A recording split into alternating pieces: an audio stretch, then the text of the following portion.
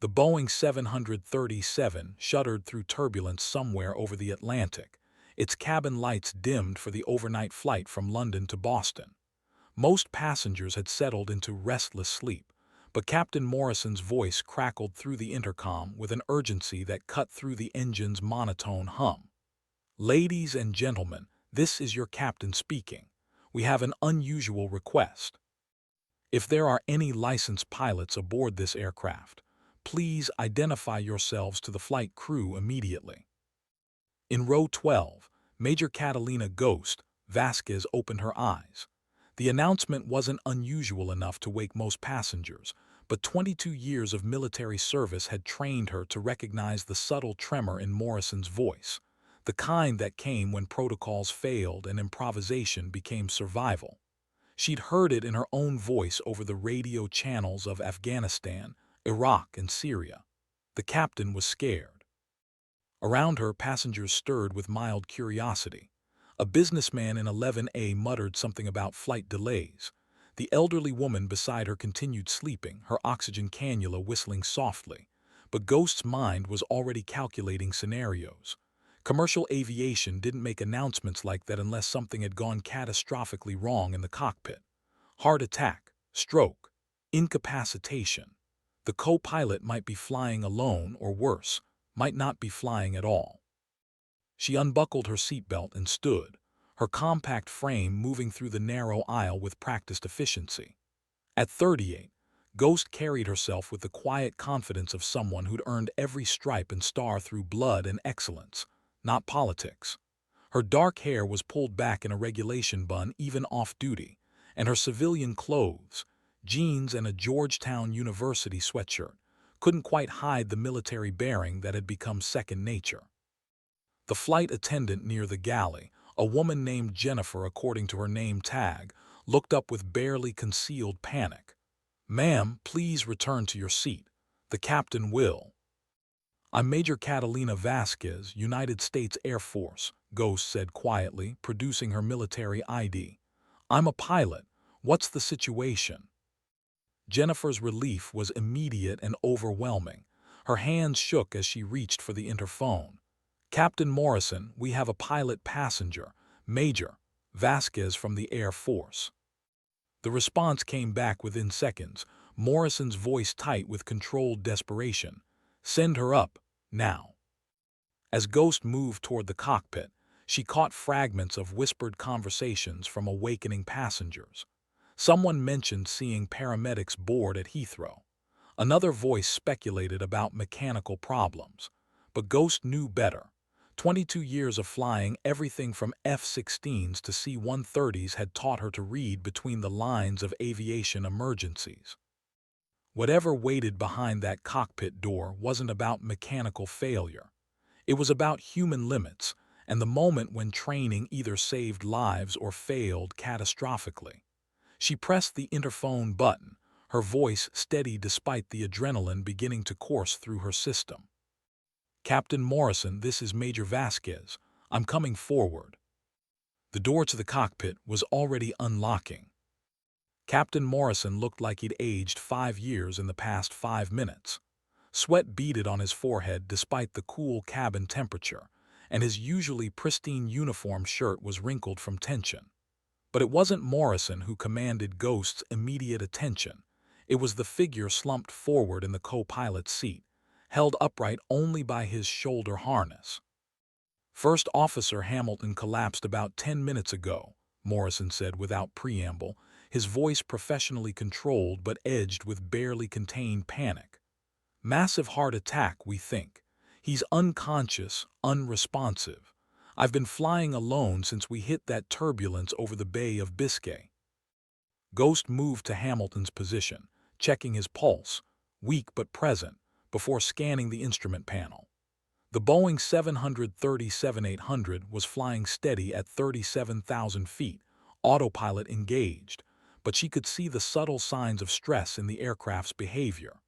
Minor oscillations in altitude, slight variations in heading that suggested the autopilot was compensating for something irregular. "How long since his last input to the flight management system?" she asked, sliding into the observer's seat behind the captain. Maybe 15 minutes. We were beginning our descent profile for Boston approach when it happened. Morrison's hands gripped the yoke with white-knuckled intensity. I've got maybe 400 hours total on the 737. Hamilton had over 3,000. He was supposed to handle the approach into Logan, its complicated airspace, and the weather report shows low ceilings, gusty winds. Ghost studied the weather radar display, noting the line of storms approaching the New England coast.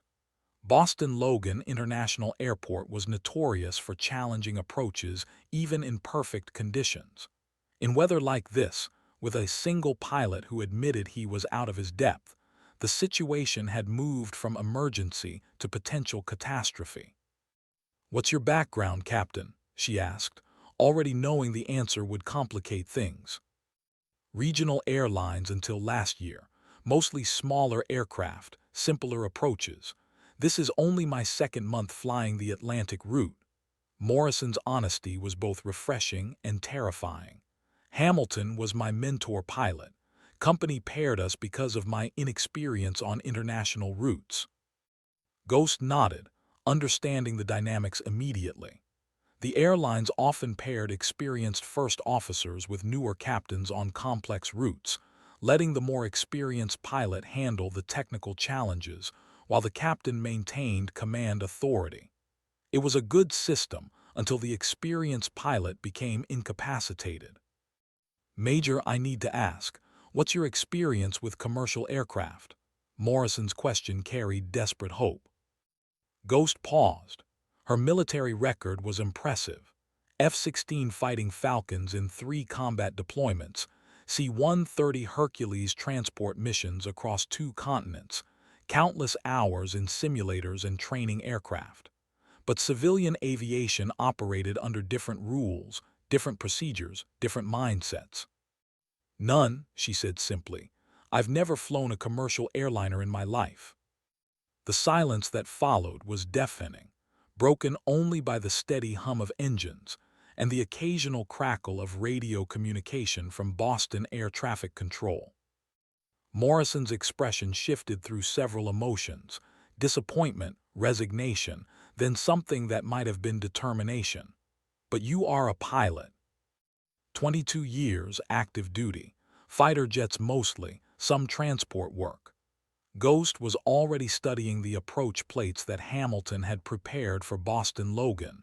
Different aircraft, different procedures, but the physics of flight remained the same. She could see Morrison weighing the options: continue alone and risk disaster, or trust an unknown military pilot with no commercial experience to help navigate one of the most challenging approaches on the East Coast.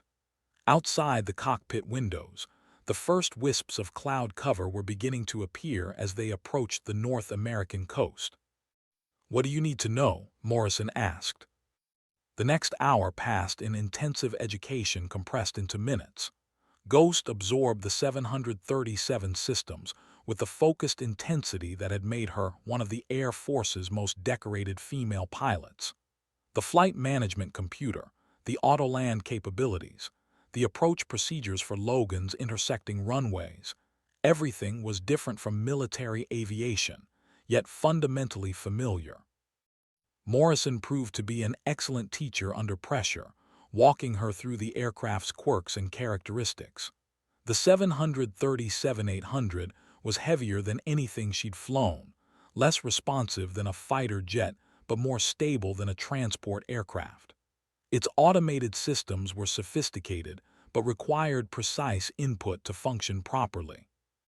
Boston Approach, Transatlantic 847, were currently at flight level 370, requesting vectors for approach to Logan, Morrison transmitted, his voice steady despite the circumstances. "Transatlantic 847, Boston Approach. We have you on radar. Be advised, current conditions at Logan are 300 overcast, visibility 2 miles in light rain, winds 90 at 15 gusting to 25. Runway 4R is active. Descend and maintain flight level 240. Ghost watched Morrison acknowledge the clearance, then turned her attention to the weather radar. The storm system was moving faster than forecast, and the approach would be challenging even for an experienced crew. With Hamilton incapacitated and Morrison's limited experience, they were facing a situation that could quickly spiral beyond control. "I'll need to take the right seat," she said quietly. Morrison looked at her with something approaching relief. "Federal regulations are designed for normal circumstances," Ghost interrupted. "This isn't normal. We have 187 passengers and crew depending on us getting this right. Regulations won't matter if we don't make it to the ground safely." Without waiting for permission, she began the process of moving First Officer Hamilton. He was unconscious but breathing, his pulse weak but steady. With Morrison's help, they secured him in the observer's seat, ensuring his airway remained clear. Ghost settled into the co-pilot's seat, adjusting the seat position and familiarizing herself with the control layout. The 737's cockpit was cramped compared to military aircraft, but efficiently designed. Every instrument and control was within easy reach. "Boston approach, Transatlantic 847, Morrison transmitted. "We have a medical emergency in the cockpit. First officer is incapacitated. We're operating with a military pilot assisting." The controller's response was immediate and professional. "Transatlantic 847, understood. Emergency services are standing by at Logan. Do you require priority handling?" "Affirmative. We'll need ILS approach to runway 4R and medical personnel standing by upon arrival." As they began their descent toward Boston, Ghost felt the familiar calm that came with emergency situations. This was what she'd trained for, what she'd lived for during her military career. The aircraft, the weather, the challenge. It was all just another mission, with higher stakes than most. The approach to Logan International Airport began 30 miles out, with Boston approach control vectoring them through a complex pattern designed to sequence arriving traffic. Ghost watched Morrison handle the radio communications while she managed the aircraft's descent profile, adjusting power settings and configuration to maintain stable flight. "Transatlantic 847, turn left heading 40, descend and maintain 8,000 feet. You're number 2 for approach behind American 1243. Left turn 40, descending to 8,000, Transatlantic 847. The weather was deteriorating faster than forecast. Rain began streaking across the windscreen, and turbulence increased as they descended through cloud layers. Ghost could feel the 737 responding differently to her inputs, heavier, more deliberate than military aircraft, but reassuringly stable. "Flaps 5, Morrison called, following the approach checklist. Ghost moved the flap lever, feeling the aircraft's configuration change as the wing flaps extended.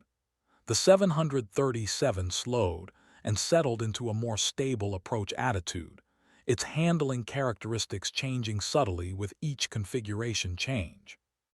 "Landing gear down, flaps 15. The landing gear extended with a solid thump, and Ghost felt the aircraft's drag increase. They were configured for approach now, committed to landing at Logan or executing a go-around if conditions deteriorated further. "Boston approach, Transatlantic 847, is established on the localizer for runway 4R.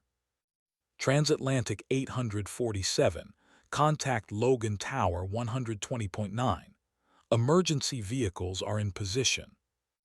Morrison switched frequencies, his voice remaining professionally calm despite the circumstances. "Logan Tower, Transatlantic 847, ILS runway 4R, medical emergency in cockpit." "Transatlantic 847, Logan Tower. Cleared to land runway 4R, emergency equipment is standing by. Wind 90 at 18 gusting to 28. The gusty crosswind conditions would make the landing challenging, requiring precise control inputs to maintain runway alignment. Ghost had landed in worse conditions, but never in an aircraft this large, never with passengers depending on her unfamiliarity with civilian procedures. "I'll handle the landing," Morrison said, reading her thoughts. Ghost nodded. Morrison might lack experience on international routes, but he understood the 737's landing characteristics better than she did. Her role would be to monitor, assist, and provide backup if something went wrong. 2 miles from touchdown, flaps 30, Morrison called. The final approach configuration was set. Ghost watched the instrument landing system guide them toward runway 4R, the glide slope and localizer needles centered as Morrison flew a textbook approach. Rain continued to streak across the windscreen, and turbulence jolted the aircraft occasionally, but the captain's flying was steady and precise. At 1 mile from touchdown, disaster struck with mechanical precision. The master caution light illuminated with an electronic chime that cut through the cockpit like a blade. Ghost's eyes instantly scanned the annunciator panel, finding the source. HYD SYSA in amber letters, indicating a failure in the aircraft's primary hydraulic system. Morrison's hands tightened on the yoke as the aircraft's handling characteristics changed subtly but noticeably. The 737-800 had 3 independent hydraulic systems, but System A powered the primary flight controls. Its failure wouldn't make the aircraft unflyable, but it would make the landing significantly more challenging. "System a hydraulic failure," Ghost announced, scanning the emergency checklist. "System B and C are normal. We still have flight control authority, but handling will be different." Morrison nodded grimly. They were less than a mile from touchdown, too close to execute a go-around safely, too far to ignore the implications of the hydraulic failure. The approach would continue, but with reduced safety margins and the knowledge that a single additional failure could turn controllable into catastrophic. "Logan Tower, Transatlantic 847, we have a hydraulic system failure. Continuing approach, but be advised we may need runway foaming." "Transatlantic 847, emergency equipment is prepared. Runway 4R is yours, cleared to land." Ghost could see the runway lights emerging from the rain and low clouds, twin lines of white leading to the safety of solid ground. Morrison's approach was steady despite the hydraulic failure, his hands making small corrections to maintain the glide slope and center line. At 500 feet above ground level, the approach looked perfect. At 200 feet, crosswind gusts began pushing the aircraft off the runway centerline, requiring constant correction. At 50 feet, Morrison began the landing flare, raising the nose slightly to reduce the descent rate. The Boeing 737 touched down on Logan's runway 4R with a firm but controlled impact, rain spray erupting from the main landing gear as Morrison applied reverse thrust and wheel brakes. Ghost monitored the engine parameters and hydraulic systems, ready to assist if any additional failures occurred during the landing roll. "Nice landing, Captain," she said as the aircraft slowed to taxi speed. Morrison's response was a mix of relief and exhaustion. "We're not down yet. Still need to get to the gate." Emergency vehicles followed them as they taxied toward the terminal, red and blue lights flashing in the pre-dawn darkness. First Officer Hamilton remained unconscious but stable, and paramedics would be waiting to transfer him to Massachusetts General Hospital as soon as they reached the gate. The taxi to the terminal took 15 minutes, with ground control providing priority routing around other aircraft. Ghost used the time to complete post-flight checklists and secure the aircraft's systems, ensuring everything was properly configured for ground operations. At Gate B-23, paramedics boarded immediately to treat Hamilton while passengers began their normal deplaning process, most unaware of how close they'd come to disaster. Ghost gathered her belongings and prepared to leave, but Morrison stopped her at the cockpit door. "Major Vasquez," he said formally, I need to file a report with the airline and the FAA about tonight's events. Your assistance may have saved 187 lives." Ghost paused, understanding the implications. Her unauthorized presence in the cockpit violated numerous federal regulations, regardless of the circumstances. There would be investigations, questions, possibly legal consequences. "Do what you need to do, Captain," she replied. "I'll be available for any official inquiries."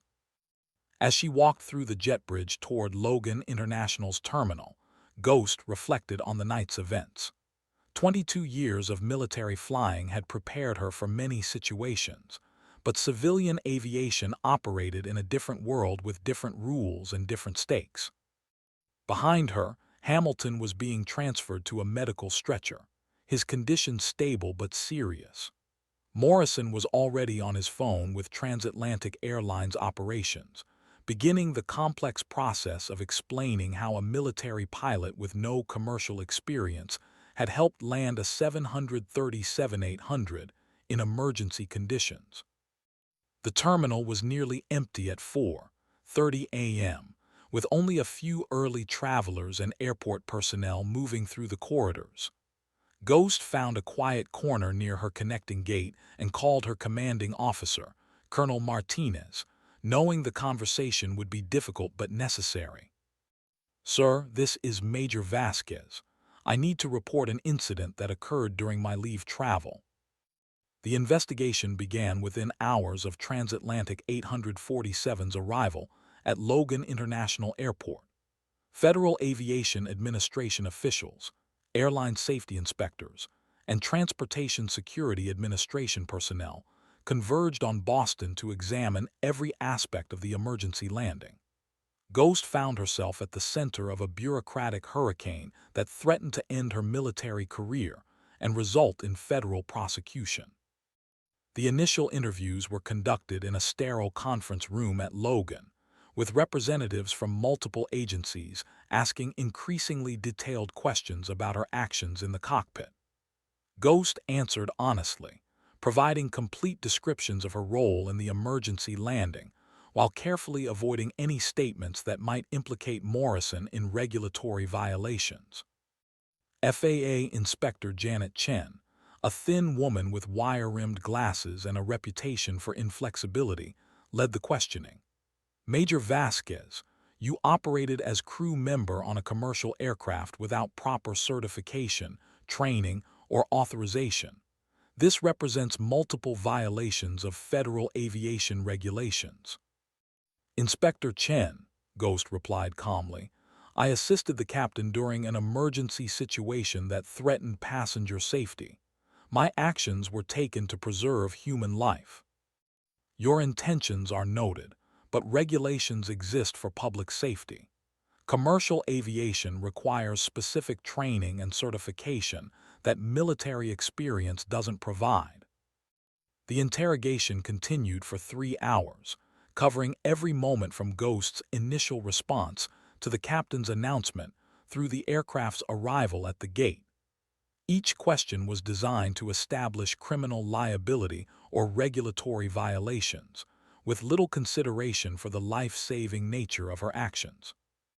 Colonel Martinez arrived from Dover Air Force Base that afternoon, bringing the full weight of military legal counsel to bear on Ghost's situation. A career officer with 30 years of service, Martinez understood both the complexity of the situation and the potential consequences for one of his best pilots.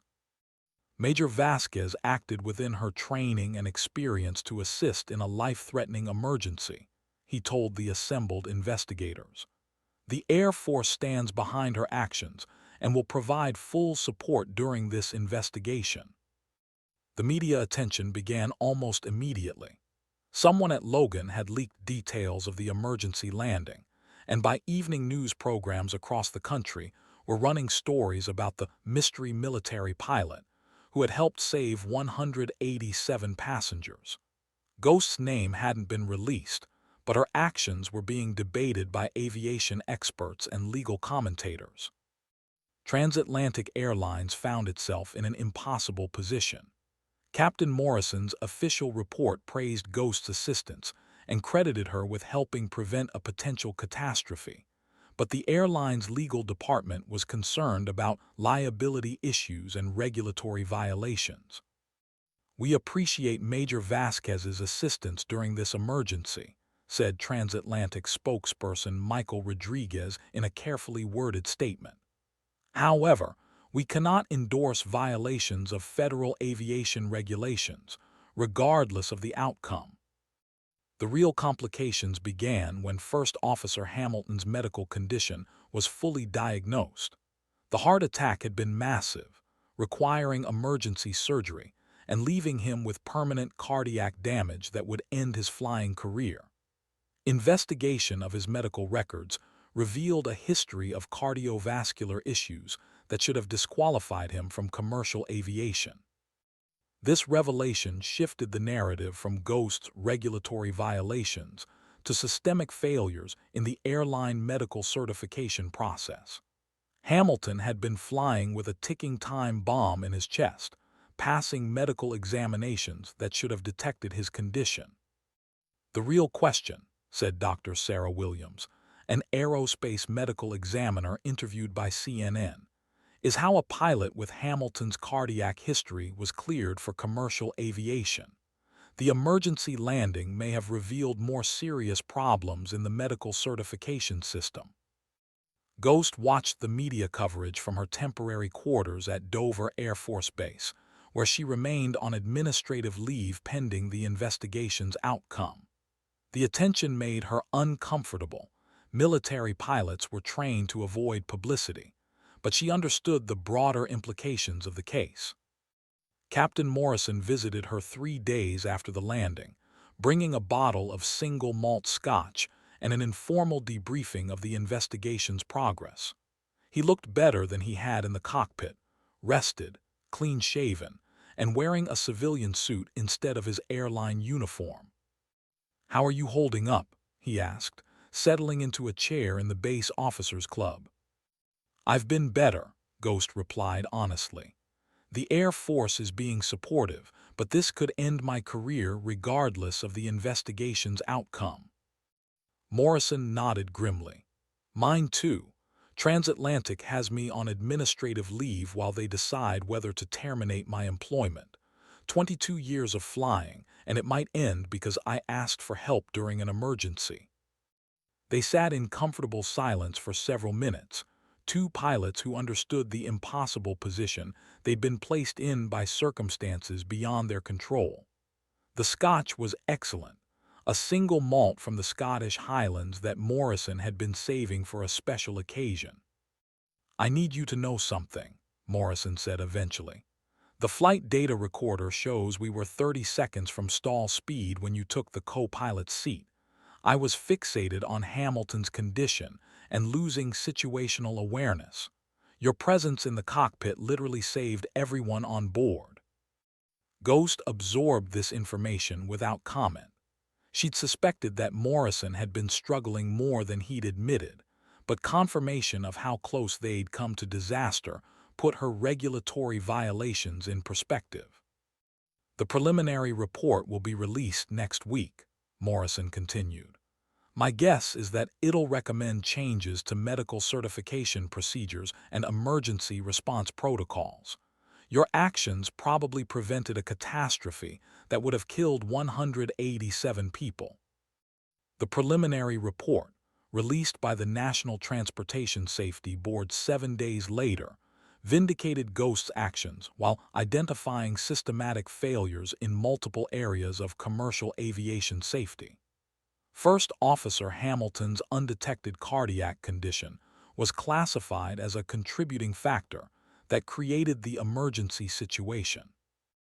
More importantly, the NTSB's analysis of the flight data recorder showed that Morrison had indeed been losing situational awareness during the critical phase of Hamilton's incapacitation. Ghost's presence in the cockpit had restored proper crew resource management and prevented what could have been a fatal loss of control. Major Vasquez's assistance was instrumental in maintaining aircraft control during a critical emergency, the report stated. Her actions, while technically in violation of federal regulations, were consistent with accepted emergency response procedures and contributed significantly to the safe outcome of this incident. The report recommended changes to emergency response protocols that would allow qualified military pilots to assist in civilian aviation emergencies under specific circumstances. It also called for enhanced medical screening procedures to prevent incidents like Hamilton's cardiac event. Ghost read the report in Colonel Martinez's office, noting the careful language that praised her actions while acknowledging regulatory concerns. It was a bureaucratic compromise that recognized reality while protecting institutional interests. The FAA is dropping all criminal charges, Martinez told her. There'll be a formal reprimand in your file, but no court-martial or criminal prosecution. You're being reassigned to the test pilot school at Edwards Air Force Base.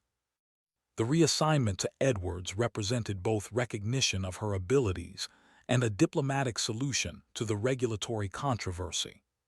Test pilots operated at the boundary between military and civilian aviation, working with experimental aircraft and new technologies that required exceptional skill and judgment.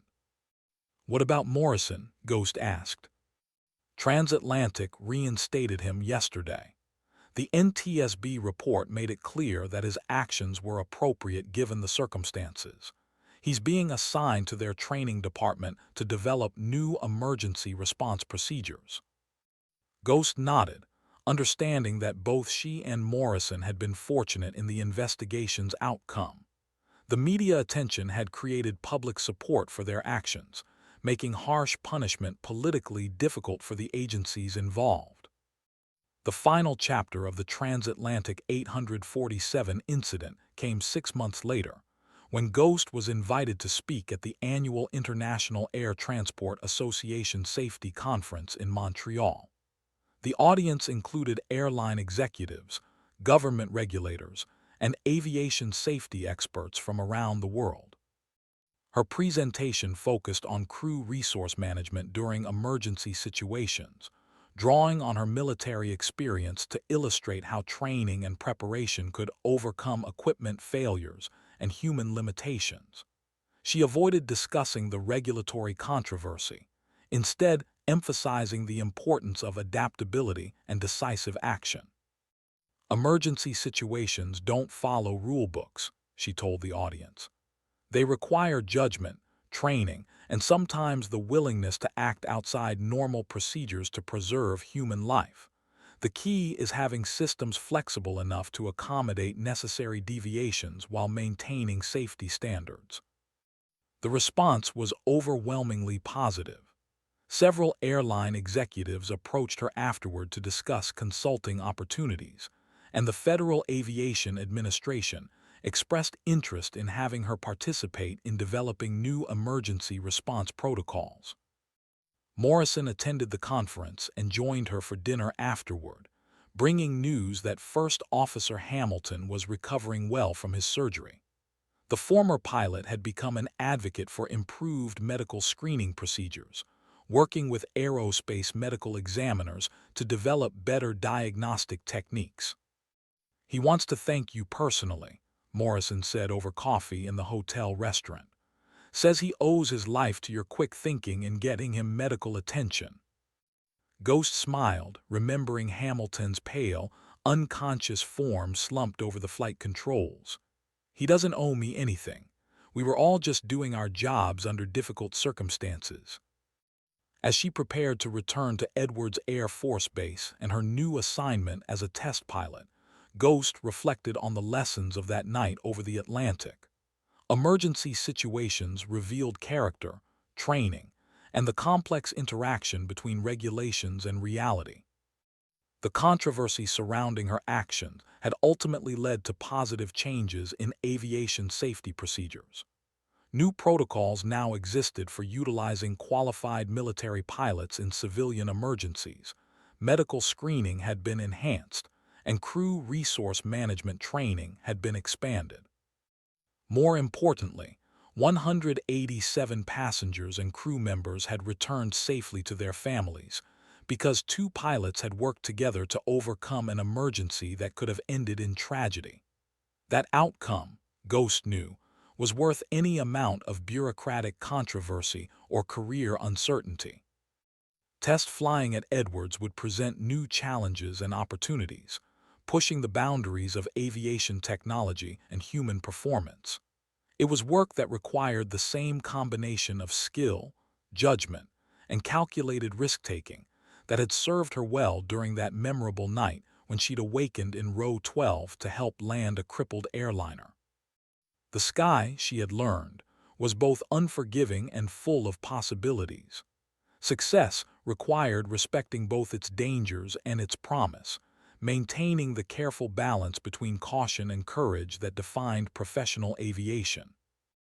As her plane lifted off from Montreal's Pierre Elliott Trudeau Airport, climbing through cloud layers toward the clear blue sky above, Ghost looked down at the city disappearing beneath her. Somewhere below, other pilots were beginning their shifts, preparing for routine flights that might become extraordinary challenges requiring ordinary people to perform extraordinary acts. She settled back in her seat, closed her eyes, and began planning her approach to the next chapter of her flying career, knowing that the sky would always hold new challenges and new opportunities for those brave enough to accept them. The legend of transatlantic Flight 847 would endure in aviation circles, told and retold in flight schools and training centers around the world. But for Major Catalina "Ghost" Vasquez, it represented something more personal, proof that training, courage, and the willingness to act when others couldn't or wouldn't could make the difference between tragedy and triumph. The test pilot assignment at Edwards Air Force Base opened a new chapter in Ghost's career, one that would challenge her skills and judgment in ways she couldn't yet imagine. But the lessons learned during that night over the Atlantic, about leadership, adaptation, and the critical importance of crew resource management, would guide her through whatever challenges lay ahead. In the end, that was what mattered most, not the bureaucratic controversy or media attention, but the knowledge that when confronted with an impossible situation, she had found a way to bring everyone home safely. That was the measure of a pilot, and by that standard, Major Catalina "Ghost" Vasquez had proven herself worthy of the wings she wore and the trust placed in her by those who flew with her into the uncertain sky.